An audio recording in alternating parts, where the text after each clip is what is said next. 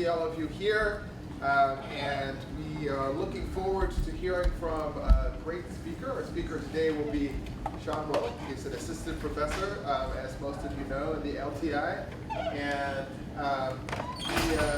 his work is, I think, really interesting. And I think if you're not familiar with it, you'll find it interesting too. He's going to present a talk called Reasoning with Inference Time Compute. So let's please join me in welcoming Sean.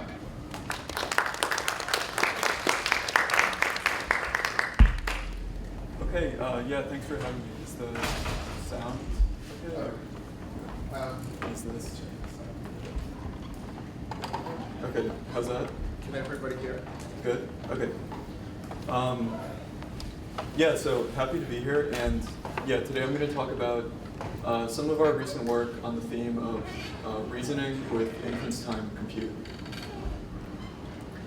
So there's been a lot of really exciting progress and exciting applications of AI reasoning. I'm actually not going to spend too much time trying to define reasoning. I think it's pretty difficult.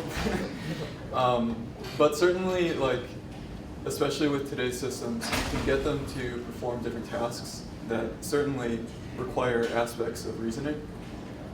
So on the left here, one of the common tasks has been trying to solve mathematical Olympiad problems with an AI system, like a language model.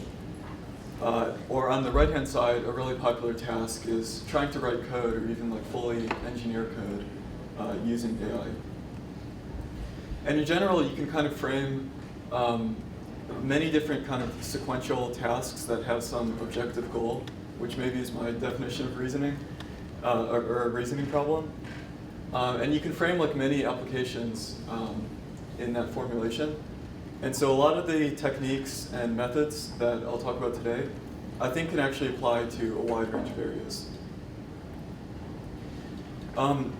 So today I'll focus on large language models, and I think I'll kind of assume that people have heard of large language models. And when we think about reasoning with a large language model, you could kind of view it through the lens of scaling. And so in 2020, there was a lot of interest in the idea of scaling pre-training. So basically with these large language models, they undergo this initial phase of pre-training, where you collect as many tokens as you can, as much data as you can, and then you pre-train a model. And there was this really influential paper in 2020 from OpenAI that basically showed that as you increase the amount of computation that's used during this pre-training phase, the model actually becomes predictably better and better. It actually follows this kind of power law. So you could predict at a certain level of compute how good your model will be in terms of test loss. And so here by compute, what it means is compute is determined by the size of the model or the size of the data set that you're training on. And so you can scale either or both one of these things up and get these nice returns on the quality of the model. Now, this looks kind of compelling because it seems like, all of our problems could potentially be solved if we just keep increasing this compute. And in fact, it has led to a lot of progress. But I think kind of as a community, we've realized that this isn't going to completely solve everything. So here's an example of these kind of recent models called Llama 3.1. And all of these models are trained on 15 trillion tokens of data, so a lot of data. And then on the x-axis, it's showing if you scale up the model size on that number of tokens, so that's increasing the amount of compute. And on the y-axis is showing a benchmark score on basically high school mathematical competition problems. So difficult, but certainly, there's math that's much harder than this. And you can see that this approach of scaling pre-training actually does lead to some improvements, but it's kind of far from solving even this type of task. So there's been a second dimension of scaling, and it's based on scaling fine-tuning.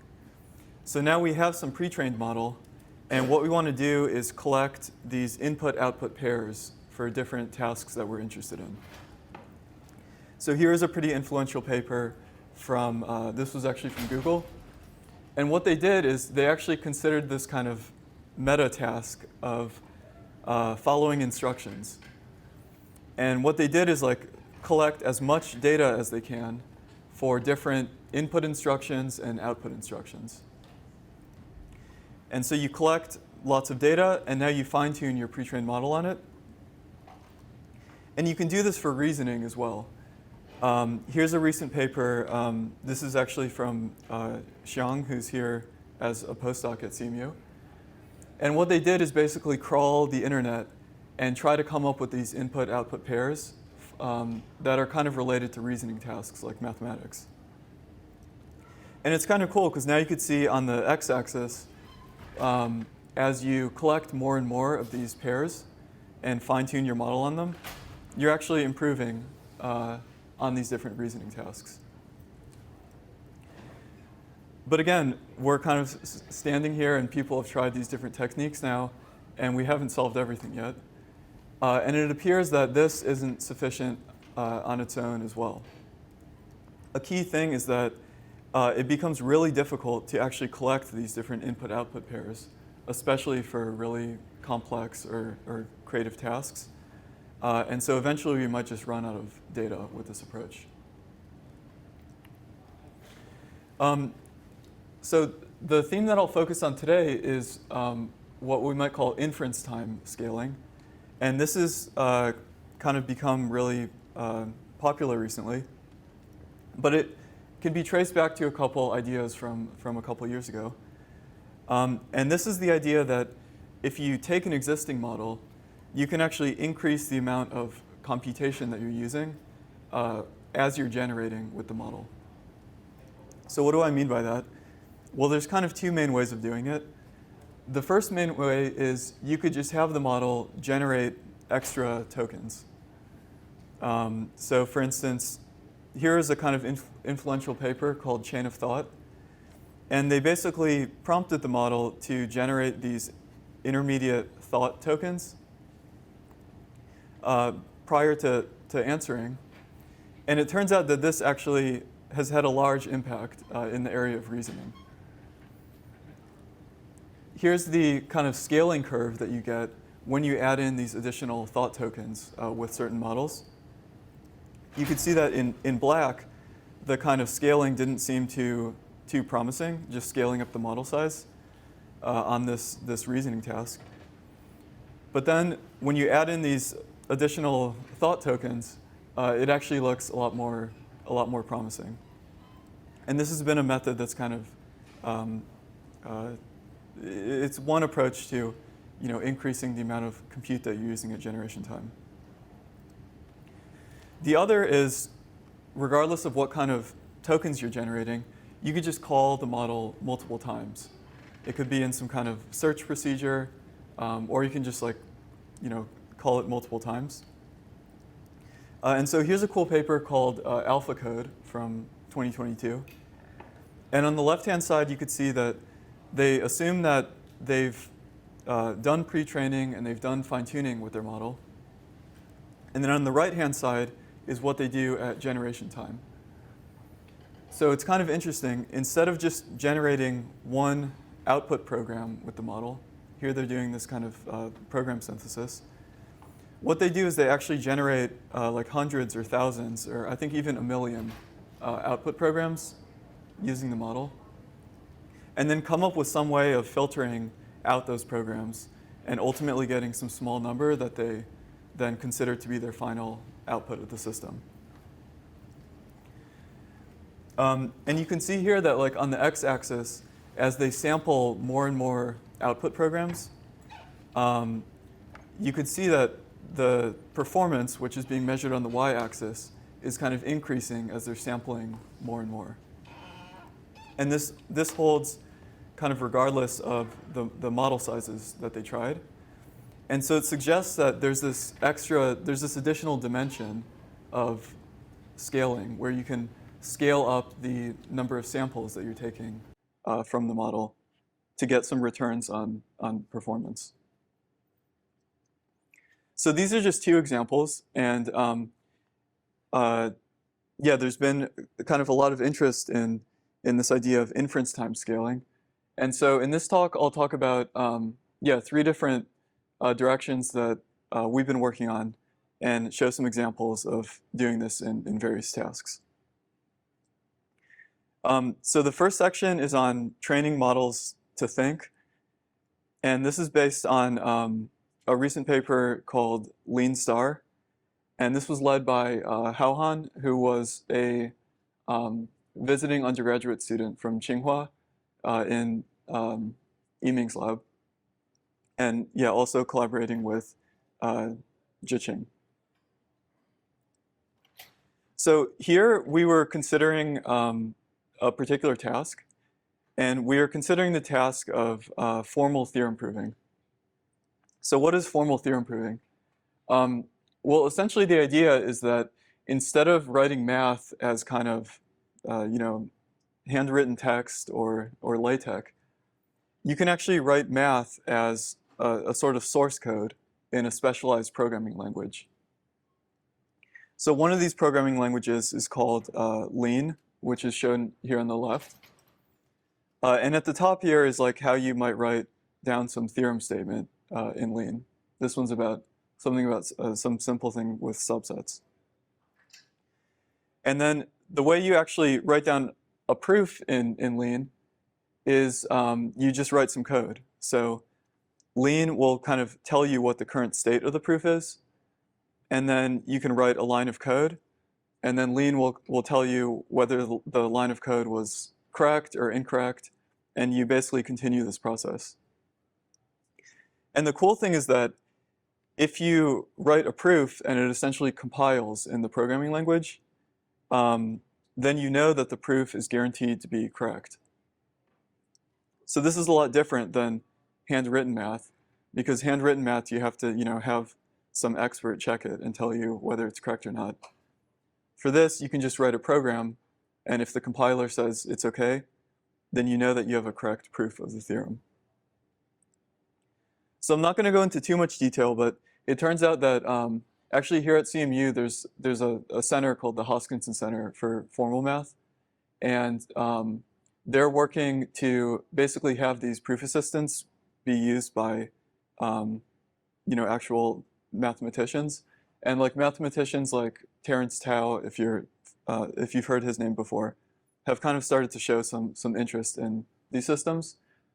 But I think like as a machine learning person, it's kind of interesting because you have this like sequential task that can be automatically verified. Okay, and it turns out that this is a kind of active research area with language models, and people have been making a lot of progress in it.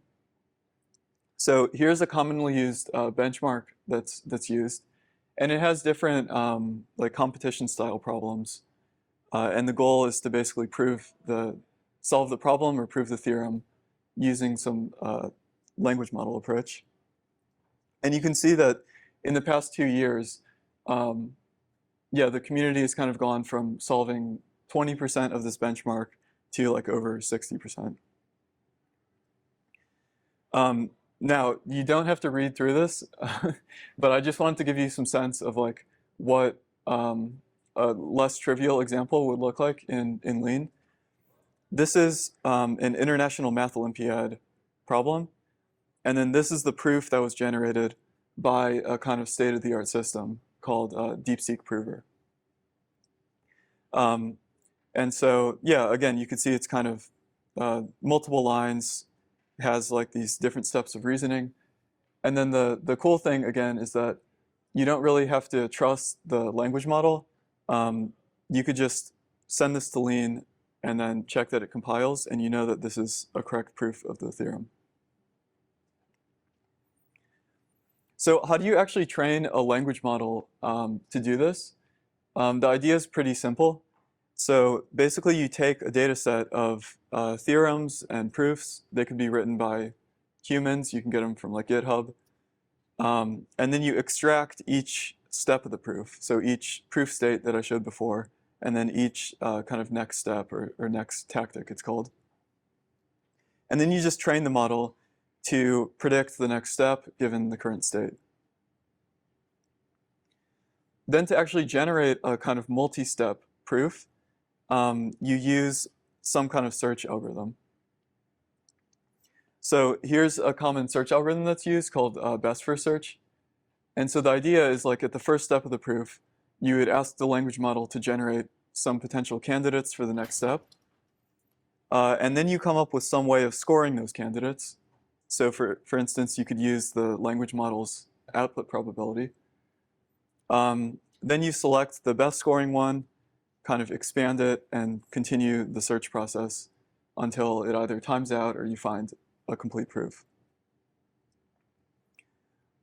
And so what we were interested in is whether instead of just searching for one of these proofs purely in the like space of formal code, whether we could augment the process with some kind of informal reasoning. So specifically, like, could we have a model that outputs one of these natural language thoughts prior to taking each step of formal reasoning? Now, why might you want to do this? Well, at least intuitively, it does give the model some way of planning in some sense. If you were to read through this natural language thought, it kind of goes through the plan or the strategy that the model's about to use. And this could actually help kind of diversify the space of proofs that it's searching through. And then for these chain of thought style methods that I mentioned earlier, there's actually been some really interesting research that actually shows that like by adding in these additional tokens prior to generating an answer, it can actually expand the like computational capacity of the overall generation system. And so there's a few pretty good papers that actually show this formally, like and theoretically, suggesting that adding in these kind of extra tokens or these extra thoughts might actually, improve the overall generation system. Mm-hmm.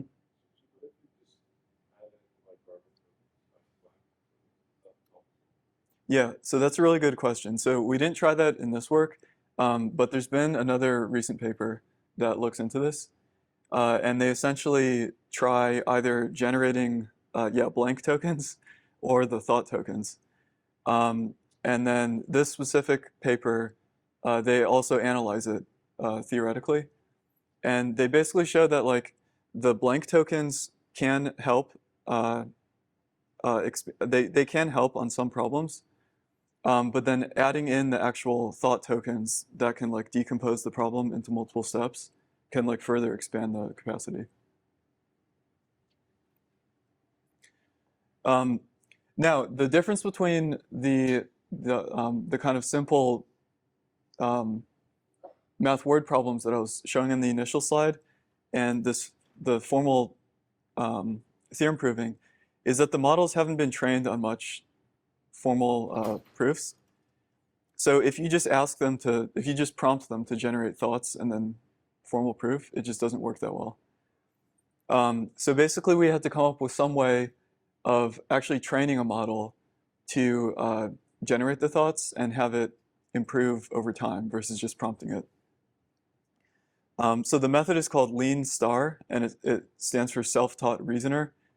And the high-level idea is we want to learn to generate these thoughts using reinforcement learning. So it's a two-step procedure. And the first step is we have to come up with some initial model. And so what we do is take some existing proofs, and then here we prompt the model, but we give it the state and the next step, and then ask it to basically like generate a thought given the step. So this, again, works a lot better than having the model try to generate the thought and then the step, because now it's just kind of explaining the step. And then we can do this on a really large collection of proofs and then get this training data set and train some initial model. Then in the reinforcement learning phase, we can take the model and start generating proofs with it. And so now that proofs will have, thoughts and steps interleaved. And then we can use lean to say whether they were correct, incomplete, or incorrect. And then update the model with that feedback signal. So what you actually need to do this in practice is you have to think about like what method you actually use to generate the proofs, and then what reinforcement learning algorithm you want to use. So what we found is this best first search algorithm that I mentioned actually doesn't work that well when you have the thoughts. And the reason is that it actually gets really difficult to come up with a reliable score for the different steps when you add the thought in. So what we did is to use a kind of parallel kind of depth first search method. And the idea is kind of simple. You just sample a next step from the model, and then you check whether it gets an error message. If it does, you just try again. Otherwise, you just keep continuing down the proof. And then for the reinforcement learning algorithm, we also use something pretty simple. It's maybe like the simplest algorithm. And it's basically you generate a lot of proofs, and then you just save the ones that succeed. And then you put those into a data set, and then train a model, and then you could iterate the process. So this algorithm is called expert iteration. It's also called REST EM. So I won't go too much more into the details, but like if you're interested in how this compares to other reinforcement learning algorithms, you could check out this paper. Yeah, so what we do is we train the model on this library called mathlib. It's a kind of large collection of lean proofs. And then the common way to evaluate the model is on the math competition problems. So here's an example International Math Olympiad problem, just written in lean. And now the model will be given this, and it has to generate a proof for it. So here's some results, and on the left-hand side, you could see how GPT-4, at least the version at the time we ran the experiments did, it does pretty poorly. And then this bar here is if you kind of do more sophisticated prompting and have this kind of agent-style use of GPT-4. And then these three show the lean star procedure. So here's the base model that we start with. Here's what happens after the initialization phase. And then here's what happens after running the expert iteration. And you can see that there's this improvement. Now, it turns out that the model that you start with is pretty important. So we also just tried it on a better pre-trained model. And again, we saw the improvements, but then now the performance shifts up. And it's kind of cool. You can have like your own 7B model, which does a lot better than these ones. Mm-hmm. Oh, sorry. I think that the preferred by expert iteration is quite manageable. So we expect run this for a million iterations. I think we could just convert this on like stationary points, or expect to just keep. Mm-hmm.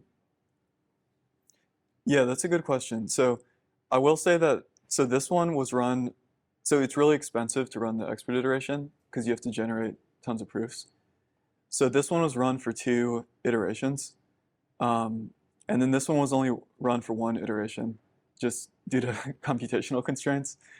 But yeah, what you run into is that like certain types of proofs, the model will never learn to explore, and so it'll never find any correct ones. And so yeah, it doesn't necessarily solve everything. It'll kind of improve it on the types of proofs it's decent at and kind of fill in the gaps. But then the like much harder proofs are still need some different method. And then on the theme of the inference time compute, it's kind of interesting that basically when you add in these thoughts, the model benefits a lot more from scaling up the number of samples. So in green here is the sampling method using the thoughts. And then these two lines are either sampling or using the best first search when you don't have the thoughts. And then again, you don't have to read through it, but it is kind of cool. Like the model learns to generate these steps of reasoning in gray prior to the different formal steps. Sometimes they're kind of not relevant, but like if you were to read through the second one, it's kind of interesting because it like works through the specific math, which is like not present in the actual formal command that you write. And then here's just a example that's maybe looks impressive. It's very long. So that's the first project, Lean Star. And the idea is coming up with some way to train a model to generate these thoughts prior to each step. And in doing so, it was able to benefit more from kind of scaling up the search budget. So next, I'll talk about how you can use really strong evaluation models within some kind of inference procedure in order to generalize to hard problems that you don't have supervision for. And this is based on a paper called Easy to Hard Generalization. This was led by Jiqing and, again, collaboration with Yiming. So yeah, in formal theorem proving, it's kind of a nice world because you have access to this perfect checker, which can tell you whether things are correct or incorrect. But like in more general tasks, even in like normal math problems, you have to rely on humans to basically tell you whether things are correct or incorrect, or to write solutions for you. And so it becomes difficult to scale this to tasks that are too hard for humans. And so the kind of analogy that we're interested in is, I guess, called easy to hard generalization. And so in general, like, you know, in the future, or even right now, we might imagine that humans can only provide supervision, so like provide outputs or, you know, whether something's correct or not, on kind of easy problems or easy data. But then we ultimately want to evaluate the model on harder data or harder problems that the human can't supervise, and we want it to do well. So this idea, I guess, could hold for any data that has some notion of like easy and hard and difficulty of supervising. But we're, again, going to use these kind of mathematical tasks as a nice test bed for looking into this. So a bit more specifically, we're going to assume that we have some set of easy problems or easy data. And for those, we have both inputs and outputs that are provided by a human. And then we want to test our model on hard problems. But for those, we're only given the input. So we can't like train on, we don't have any training data for the hard problems. And there's a, there's an interesting thing, which is like, maybe if you're given some solution, some like candidate solution, then for some of these hard problems, it actually might be easy to potentially evaluate them. You've maybe heard this phrase that like evaluation is easier than generation, or, you know, variations on that. And so the question is like, could we actually train an evaluation model on only easy data, and then have an evaluation model that's able to evaluate candidate solutions to hard problems? So that was kind of the key idea that we were looking into here. And if you had such an evaluator, then you could take this kind of simple strategy of just trying to generate many potential solutions for your hard problem, and then find a good solution using your evaluator. And so in order to do this, what you would need is some method for actually getting this magical evaluator. And you need some strategy for actually combining the generator with the evaluator. And so concretely, what we look into is we take this common data set called the math data set, and you consider the level 1 through 3 difficulty problems as your easy problems that you can train on. And then we want the model to work well on the level 4 and the level 5 problems. So as the evaluator model, we build on previous work. And there's basically 2 different ways of building these evaluation models that have been developed. So the first one's called outcome-based. And the idea is we provide an input and a full solution or a full output. And then we train a model to predict whether the solution is correct or incorrect. And so you can do this using data that was generated by some generation model, or you could even have humans, label whether this was correct or not. The second is called process-based. And so here what you do is you give an input, but now you just give a partial solution to your evaluation model. And then you want the model to predict either whether there's an error in their intermediate steps, or like whether the solution is potentially on the path to a correct one. And again, there's been like different ways for actually training this. Like you could have humans annotate steps, or you could sample a bunch of outputs from some generation model. So yeah, what we did is take kind of existing training data for these types of models, but then just combined them into a single model called OPRM. So this one can either evaluate full solutions or it can evaluate intermediate steps. And then at inference time, we use this technique called weighted majority voting to combine the generator model with the evaluator that we learned. And so this idea was also developed in previous work. And the idea is you can generate many solutions, then you can score them with your evaluator. Then you group all the solutions by answer, and then choose the answer group that has the highest score. So kind of an intuitive idea. And then again, the kind of new angle that we are looking into is whether you can only train the evaluator on easy problems and have this procedure work well for hard problems. And so it turns out to, it turns out to work to some degree.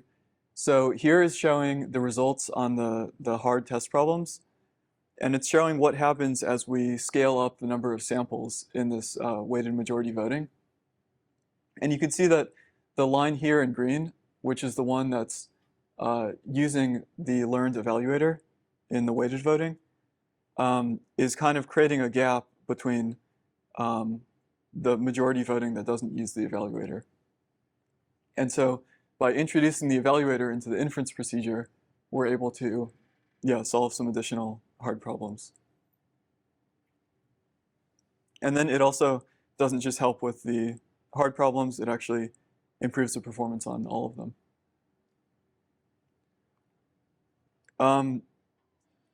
There's an interesting question, which is like, how big does the generator have to be versus the evaluator?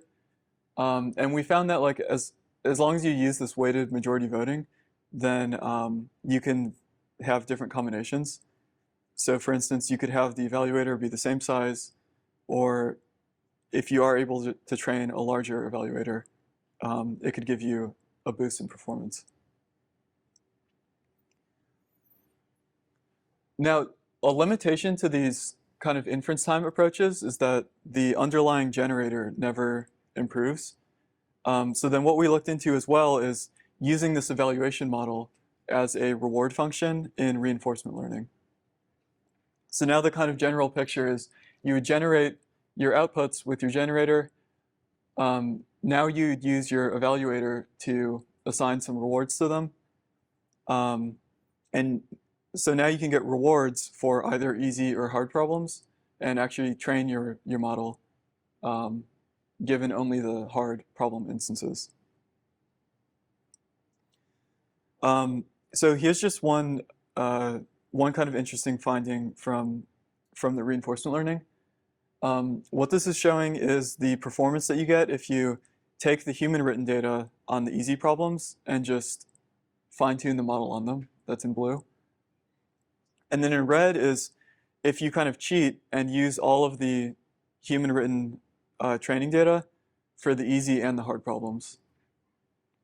And then the cool thing is that by doing reinforcement learning with the learned evaluator, you're actually able to do even better than kind of cheating and using fine-tuning on the human written data. So that was the second section on easy to hard generalization and using the strong evaluator. Mm-hmm. So is like learning from the reward function kind of like distilling weighted vertical? So like when you I missed the like the formula, but is there sort of like scaling total probability by like some reward under the reward model? Is that how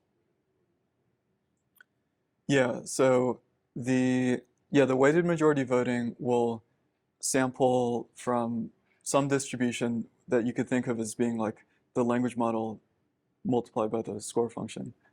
And so, yeah, if you adjust with reinforcement learning, then you're adjusting the model towards a similar distribution.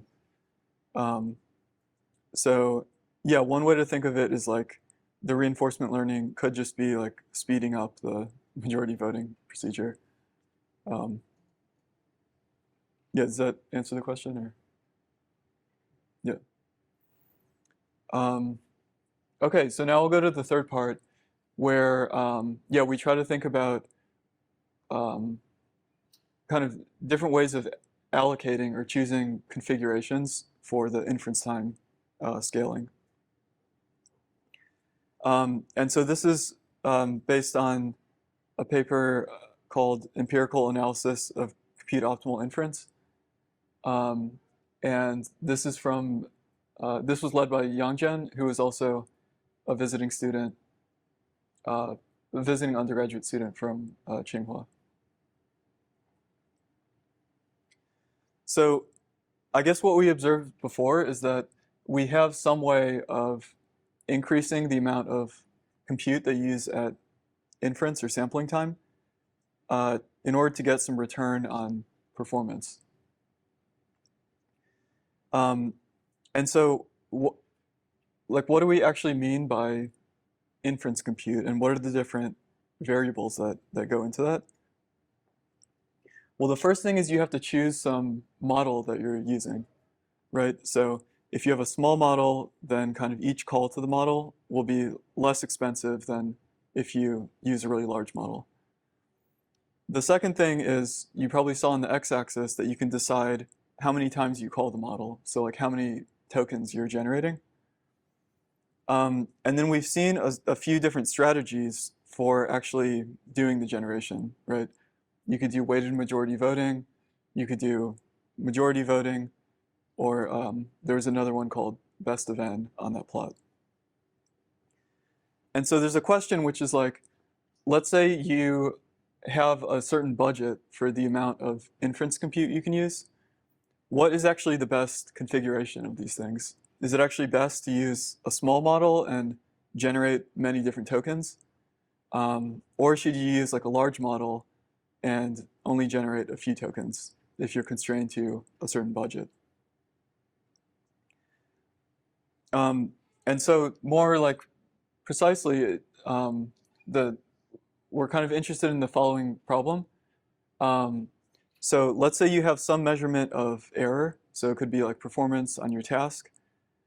And the question is, how do you choose the number of model parameters, n, the number of generated tokens, t, and the inference strategy, s, such that you minimize the error, but now you're constrained to a certain compute budget. And so this is like actually the amount of compute that's being used measured in floating point operations. And so one kind of thing you could look into is the following. You could say, like, for a fixed strategy S, let's say weighted majority voting, you can try various model sizes, N1 through N4, and then increase the amount of compute that you're using by just sampling more and more from the model. And that'll give you some curve that looks like this for each model size. And then what you want to find is, like, at each different compute budget, you're interested in, like, what is the best configuration. And so this is called the compute optimal configuration. And this is the kind of frontier of compute optimality. And so ideally, you would have like some configuration that's actually always optimal. So that's what we're interested in here, actually trying to form different like frontiers like this with actual models and actual tasks. So here's an example, and this is showing models of different sizes. These are Pythia models, ranging from 400 million parameters to 12 billion. And this is on one of these mathematical reasoning tasks. And what it's showing is on the x-axis, you have the compute budget. And on the y-axis, you have the test error. And there's a few interesting things here. One is that, like, if you look at this area here, let's say between 64 and 128, the configuration that has the lowest error is actually this 2.8 billion parameter model. And so what it says is that, like, if you have a limited budget to use at inference time, which happens in the real world if you're like serving a application or something like that, it's actually more beneficial to use the smaller model and sample more times than it is to use the larger model. But then if you are very you can spend a lot at inference time, then to get the best absolute performance, it's still beneficial to use the large model. As you can see here, this 12 billion parameter model ends up getting the best performance, but it's pretty expensive. The second analysis you could do is to actually vary the strategy. And so what we looked into is like varying the strategy between best of n, weighted majority voting that I mentioned, and then two different tree search algorithms. So you may not have heard of Monte Carlo tree search, but the idea is that here you can kind of search step by step through the solution space, and do this kind of tree search instead of like sampling full solutions like in the majority voting. And then what we looked into is like, can you actually design a tree search procedure that is compute optimal? So specifically, gets the best performance out of all these methods at the lowest compute cost, or at each compute budget. And so here's the kind of key idea behind the new tree search algorithm, which is called rebase. And it's kind of an intuitive idea. So the idea is that you're doing some tree search and you're generating one step at a time. And so at each step, you're going to have some budget of like some generation budget. And then you have to decide like which nodes in this tree you want to expand for the next iteration. So what you do is you take one of these process-based reward models and you assign some reward to each of these potential next steps in your tree. And then you basically just decide how much to expand each node based on the reward. So again, kind of intuitive idea. So for instance, like this one has the highest reward, so you would try to generate like 4 continuations of it, whereas this one has a lower reward, so maybe you wouldn't continue it at all. And then if you're interested in like what specifically is done, again, you can have some budget at each step. And then you basically take the softmax over these scores. Yeah, then multiply it by the budget and do some rounding.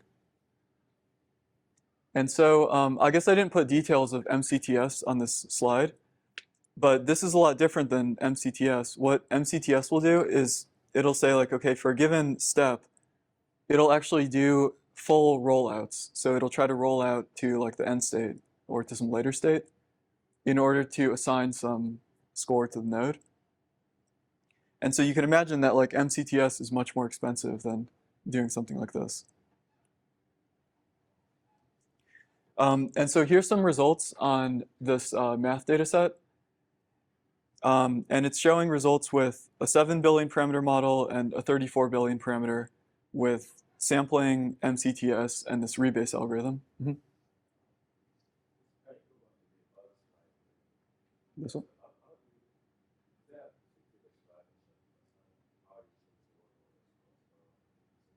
Let's say it a bit louder, sorry.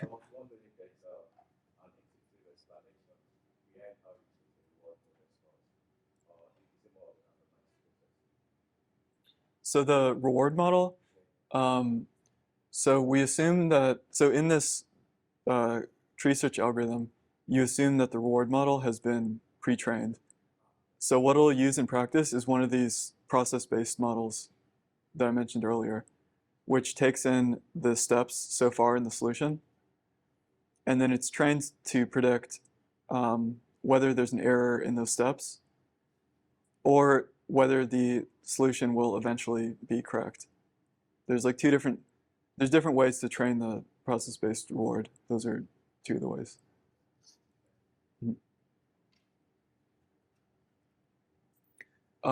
And so here's the results, and they're kind of, yeah, I think they're kind of cool. So you could see here, this yellow line is the MCTS with the large model. And you could see that it's very kind of wasteful in terms of compute. It has very bad cost performance trade-offs. So like if you limit MCTS to an inference budget, it's actually not doing that well. And then what turned out to actually be the optimal configuration is the 7 billion parameter model with this rebase tree search. So you could see that like pretty much at every compute budget, it's having the lowest error rate. And then maybe at like the very highest inference budget, the 34 billion parameter model edges it out. Okay, so this is kind of saying like, you know, if you have different algorithms and different model sizes, what is the best configuration? There's another interesting question, which is like, what if we actually had infinite compute? Maybe it's going back to that scaling laws plot on that we were talking about with pre-training. Like, could this actually solve everything if we just kept adding inference compute? So for this, we had some theory, and you can basically show that at least for the majority voting, the majority voting will eventually converge to some distribution. And the distribution depends on your language model and the scoring function that you have. So what this is basically saying is that as you take the number of samples to infinity, on the left-hand side, we're just saying the accuracy of weighted majority voting. So as you take that limit, it equals this. And this is a kind of interesting thing right here. It's basically saying that it converges to a distribution. And the distribution is basically the distribution over outputs if you were to sum over all possible intermediate solution paths. And then the thing is that like this answer distribution depends on your model and your scoring function. So if these aren't perfect, then you're never going to fully solve the problem because it's just going to converge to this distribution here. And what this kind of intuitively, or or what this formally describes is, if you noticed in those plots, the model's kind of saturating towards the end.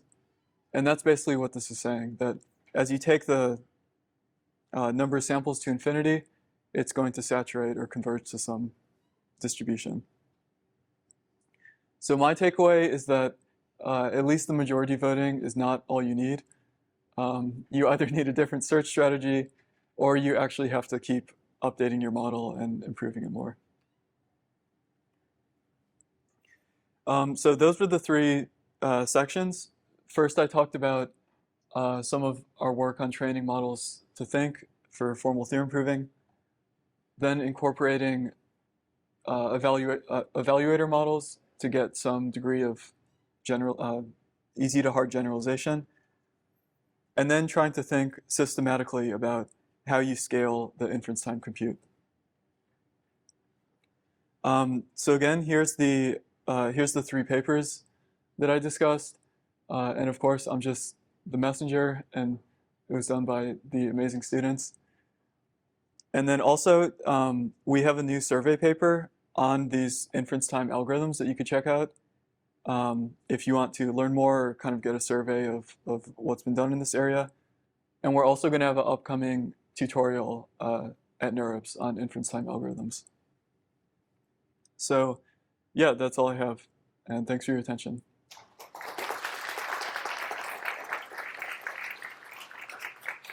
Can you go back to the pre-training slides early on? Mm-hmm. So there was a graph there. I think it was around slide 3 or 4.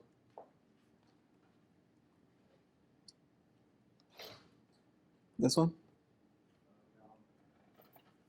Yeah, this one. Can you expand that one? This one, yeah. Slide 3. Yeah, so I'm not getting the x-axis log of model size. There's no model. The log of whose number of tokens is 500. So what is the meaning of the x-axis?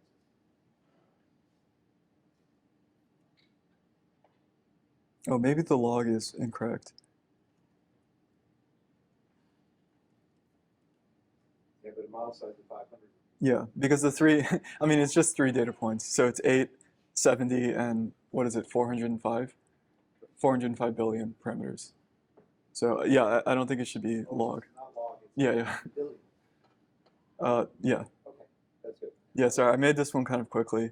And I think with the assistance of a language model. I'm around slide 22.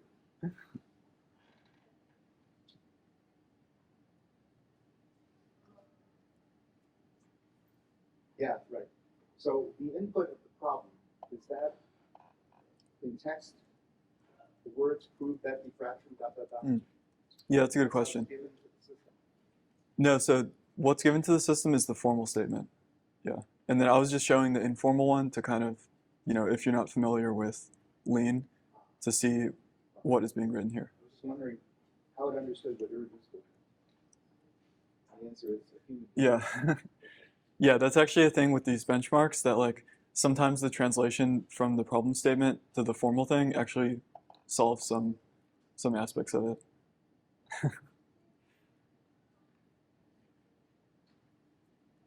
And then yeah, you don't want to start with just the natural language, because then the model could just write down whatever formal statement it wants and prove an easier thing.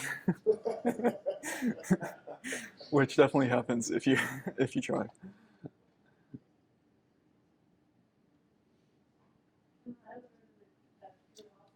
Uh-huh. First, thank you for the presentation. Much better presented than my students. But the last graph,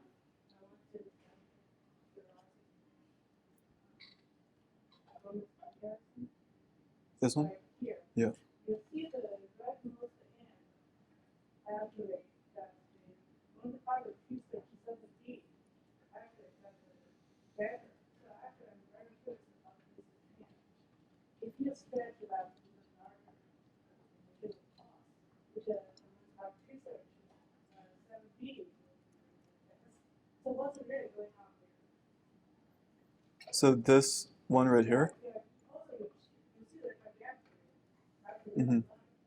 Actually getting better. Yeah.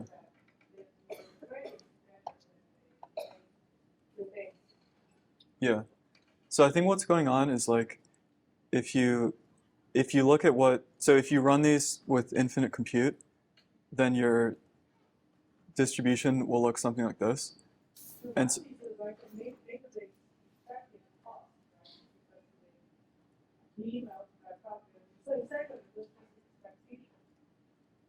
yeah. Well, I guess what I'm saying is, so each one of these curves will saturate, and then where it saturates to is kind of bounded by how good your model is. So my sense of what's happening here is like the 7B is saturating, but then the 34B still hasn't started saturating yet. So if you were to increase the compute budget further, the 34B might have some gap. Potentially. Because that's what like was in the other plot as well. You could see like this green line it's starting to already curve upwards, but then the larger models they still haven't reached the saturation point yet. Yeah. But still, it's a conclusion if you have a larger market that research Oh, for the MCTS, yeah, I mean, it's possible that so yeah, I guess the MCTS, the difference would be like how you score the nodes. And maybe the really expensive MCTS rollout procedure is actually better if you had a lot of compute. But yeah, I'm not really sure.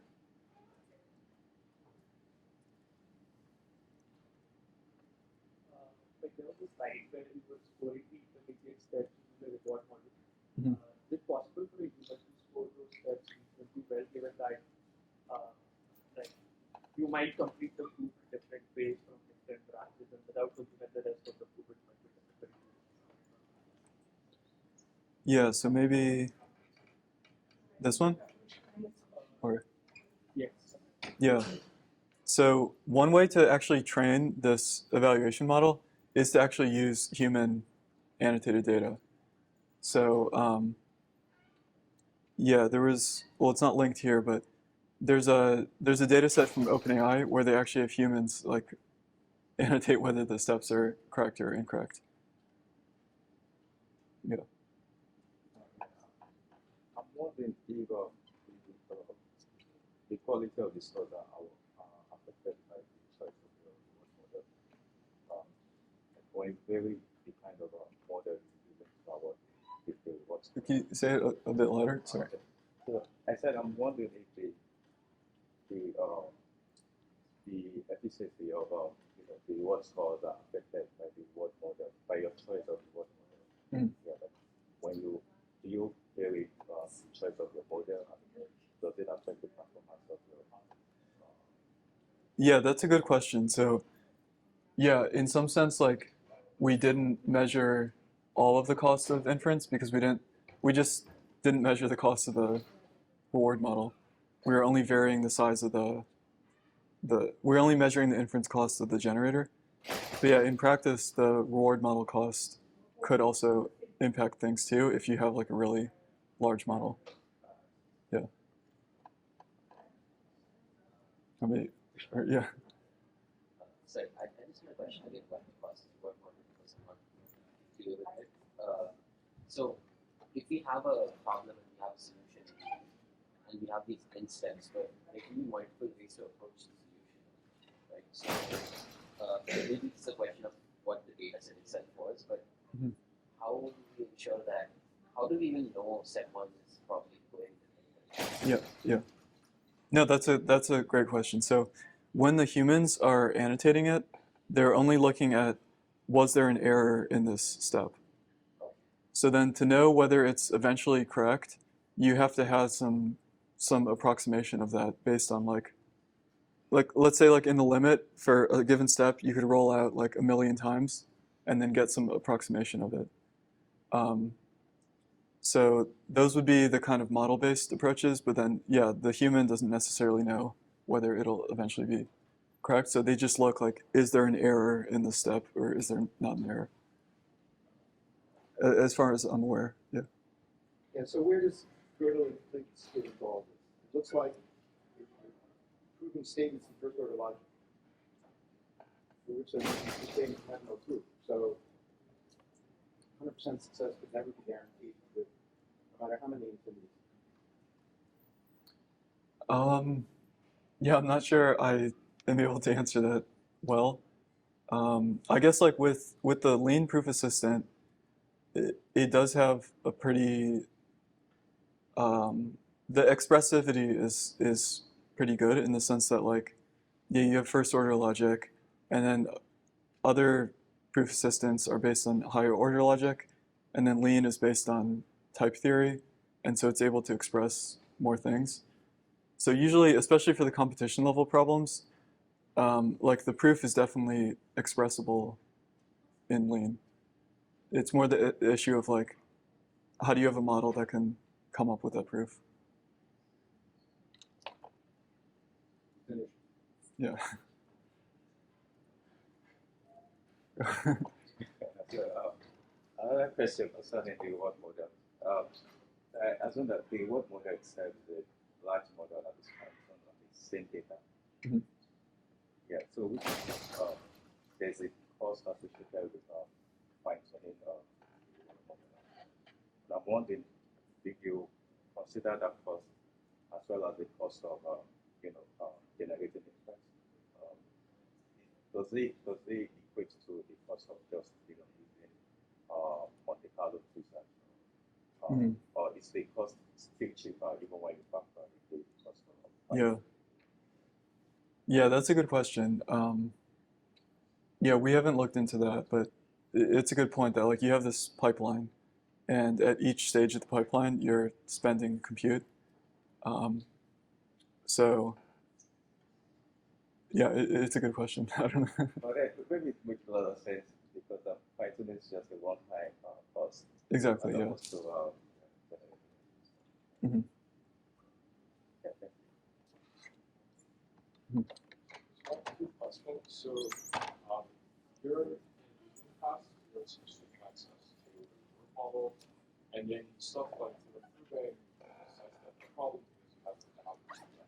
Mhm. So, if you have any thoughts on like work through this paper?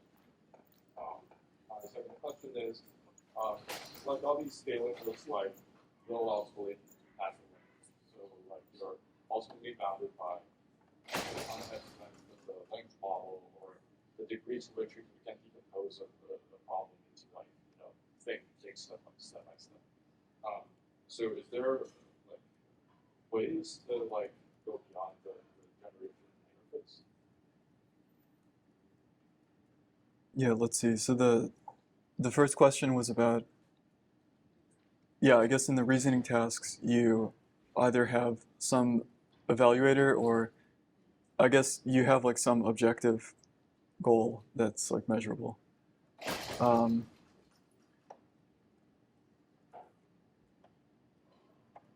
Yeah, I mean, I guess like one thing is that like at the end of the day, we have to measure something. So even with like, open-ended dialogue response, you could learn a reward model and have some like numerical score for the quality of the response, and then like optimize the model with reinforcement learning towards that.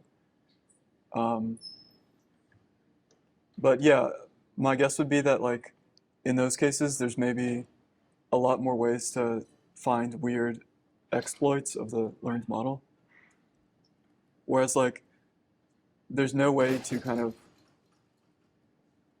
like regardless of what like intermediate solution or something the model comes up with in the reasoning task, as long as it gets the right answer, it's okay.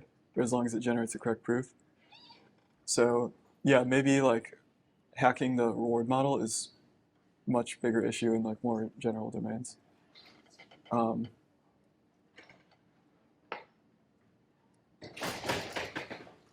But yeah, that's just one thought that came to mind. I don't think I have a unified answer. The second question was, what was it? How you can you say it again? So inference scaling beyond the natural language. So like, so right now, like you have, let's say like model 8,000 token context window, and like for certain problems, you just cannot impose it into like it's like a million tokens, right? Mhm. So like, how would you get this? Yeah, yeah. Yeah, I think that's an interesting question too. Like my sense is that like actually using the things like chain of thought is in some sense a hack because ideally you would want everything to be end to end and like the model architecture would actually learn to dynamically allocate compute to like harder things or if it needed more time. Um, so that would be like one dream to have.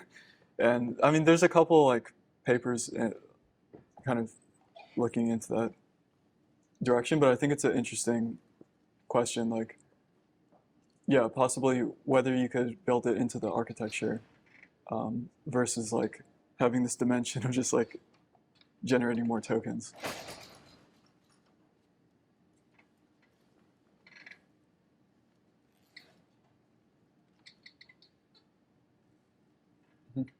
So, generally recent data, and measures which highlight the recent actual anomalies or have you done this? Yeah, so that's a good question. So what we observed is that like sometimes it doesn't. So especially yeah, in the formal proof assistant, there's these like kind of powerful tactics that can say like simplify these algebraic expressions. And so sometimes the model's thought will say like, I need to simplify this. And then the thing that it simplifies to in the thought is incorrect. But then it calls the kind of solver and then it does it correctly. So that definitely doesn't always align. Other than those, yeah, we haven't really done like a systematic evaluation of how they do and don't align. But I think it's interesting, yeah.